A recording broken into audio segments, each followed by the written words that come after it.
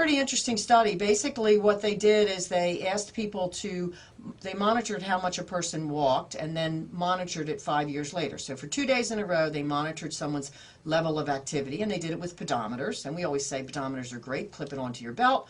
I've got one on right now. You can see it on Ustream. And it just measures the number of steps you walk. I tell my patients at Georgia Bariatrics, I say to them, as well as to their patients, to their children, why don't you get a pedometer and make it a game? And you just clip it on your belt, you measure the number of steps you walk every day, and then you just record it at the end of the day, and it gets to be fun for how many steps you walk at the end of a week. And the goal is that you just try to increase your steps a little bit every day. But fundamentally, they measured how many steps they walked for 2 consecutive days in 2000, and then they repeated it again in 2005. And what they found, which was so startling, was that after 5 years, the people that walked the most, not a surprise, were thinner, had more muscle mass and less fat. But the thing that blew the researchers away the most was that they improved their insulin sensitivity threefold. They tripled their insulin sensitivity.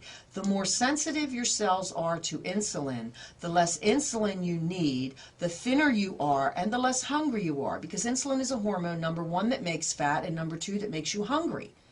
So if you can keep your insulin, and also we've tracked now that high insulin levels are associated with cancer growth and early death. So high insulin levels are bad, very bad. So just by walking every day on a regular basis, you can improve your insulin sensitivity, meaning dropping your insulin levels threefold. That's huge, Duke. There's not a drug on the market that gives you that kind of benefit. So once again, we do want our listeners to be radioactive and hope you will enjoy a walk today. It will manage your stress and it will improve your insulin sensitivity.